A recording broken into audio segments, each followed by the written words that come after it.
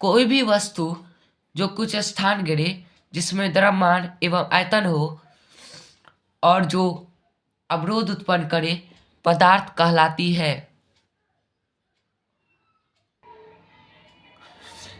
द्रव्य क्या है? द्रव्य एक प्रकार का पदार्थ है जिसे किसी भी भौतिक प्रक्रिया की सहायता से पदार्थों के अन्य प्रकारों में विभक्त नहीं किया जा सकता है। उदाहरण के लिए चीनी एक द्रव्य है। जल में विलीन चीनी को जल का सिर्फ वाष्पीकरण करके ही प्राप्त किया जा सकता है। वाष्पन के फलस्वरूप प्राप्ति चीनी और मूल चीनी में कोई अंतर नहीं होता है। अतः चीनी एक द्रव्य है जो सरल भौतिक विधियों से अपने अवयवों में विभक्त नहीं होती। इसी प्रकार सोडियम क्लोराइड, चूना, चूना पत्थर आदि भी द्रव्य के उदाहरण है। इसके विपरीत दूध शुद्ध जल द्रव नहीं है, क्योंकि यह जल, वसा, प्रोटीन आदि का मिश्रण है। इसी प्रकार समुद्र का जल, मिट्टी, खनिज, कोयला आदि भी मिश्रण है, शुद्ध द्रव नहीं। पदार्थ की भौतिक प्रकृति। नंबर 1, पदार्थ कणों का बना होता है।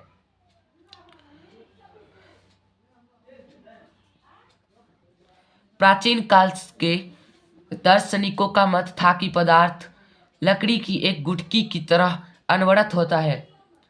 इसमें छोटे छोटे कण नहीं होते, किंतु पदार्थ अलग अलग डिस्क्रीट छोटे छोटे कणों का बना होता है। पदार्थ के कण अत्यंत सूक्ष्म होते हैं। पदार्थ के कण इतने सूक्ष्म होते हैं कि इसकी कल्पना भी नहीं की जा सकती। इसे निम्नलिखित कार्यकलापों द्वारा आसानी से समझा जा सकता है।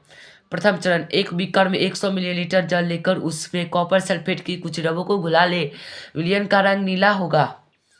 द्वितीय चरण, प्रथम चरण में प्राप्ति नीले विलयन में से 10 मिलीलीटर विलयन लेकर उसे दूसरे बीकर में रखे 100 मिलीलीटर जल में डाले।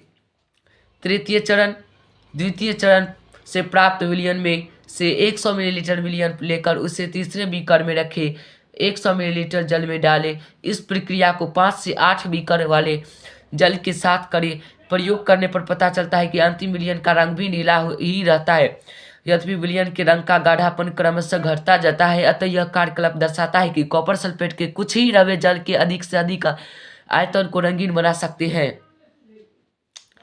ऐसा तभी संभव है जब कॉपर सल्फेट के एक छोटे से रवे में लाखों करोड़ों सूक्ष्म कण उपस्थित हो। अब है तीसरा चरण। तीसरा, पदार्थ के कण अनवरत गतिशील रहते हैं। पदार्थ के कण स्थिर नहीं रहते, बल्कि हमेशा गतिशील रहते हैं। इसे निम्नलिखित कार्यकलापों द्वारा समझा जा सकता है।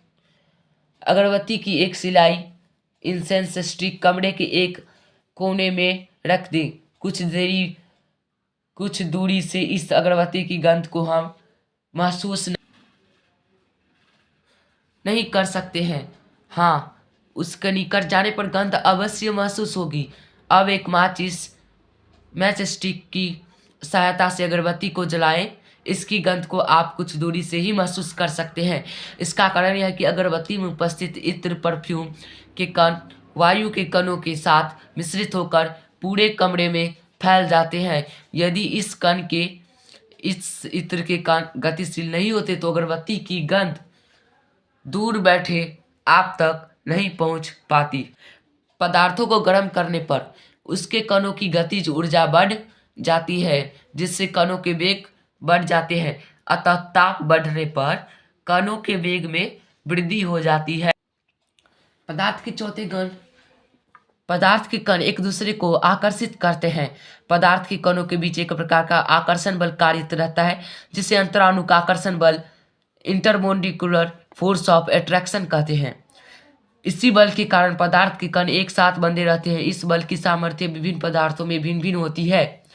उदाहरण के लिए एक लोहे की कील, खड़िया, चौक का टुकड़ा और ईंट का एक छोटा टुकड़ा ले।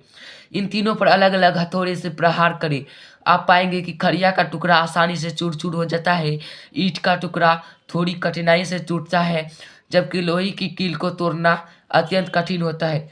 इससे हम निष्कर्ष निकाल सकते हैं कि खड़िया के कणों के मध्य अंतरानुक आकर्षण बल सबसे कमजोर, जबकि ईंट के कणों के मध्य यह बल थोड़ा मजबूत है। लोहे की कील में यह बल सबसे अधिक मजबूत है।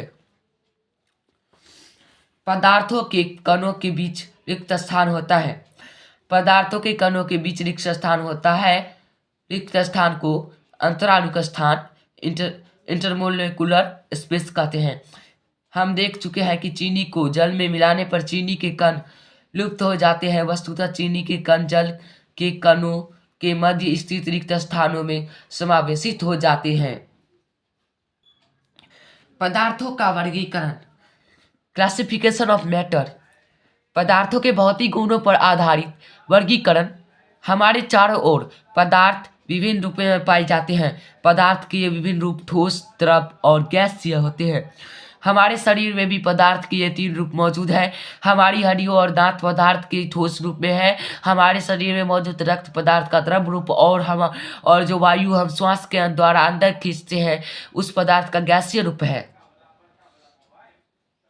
इसके अतिरिक्त हम लोगों के शरीर में जल द्रव्य प्रचुर मात्रा में विद्यमान रहता है। एक अनुमान के अनुसार भार के विचार से हमारे शरीर में लगभग 70% जल ही है, किंतु सभी द्रव्य पदार्थ इन तीनों ही रूपों में अपना अस्तित्व नहीं रखता है। उदाहरण के लिए लकड़ी, पत्थर आदि सिर्फ ठोस रूप में ही रहते हैं, जबकि कर्पूर, चैपर, अमोनियम क्लोराइड, नैप्थलीन आदि ठोस और गैस दोनों रूपों में पाए जाते हैं। किंतु अधिकतर पदार्थ विभिन्न स्थितियों में ठोस, द्रव एवं गैस तीनों रूपों में पाए जाते हैं।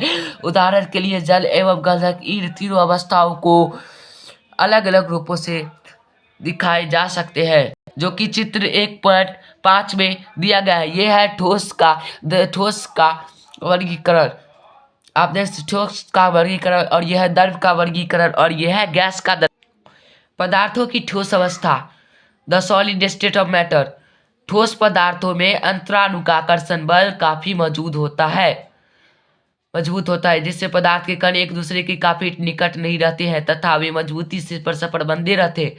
ठोस पदार्थों में अंतराणु का स्थान बहुत न्यून होता है। इसी कारण पदार्थ के एक कण एक स्थान से दूसरे स्थान पर स्वतंत्रता पूर्वक गमन नहीं कर सकते हैं। हाँ, वे अपने विराम के मध्य स्थान मीन पोजीशन ऑफ रेस्ट में स्वतंत्र रूप से कंपन कर सकते।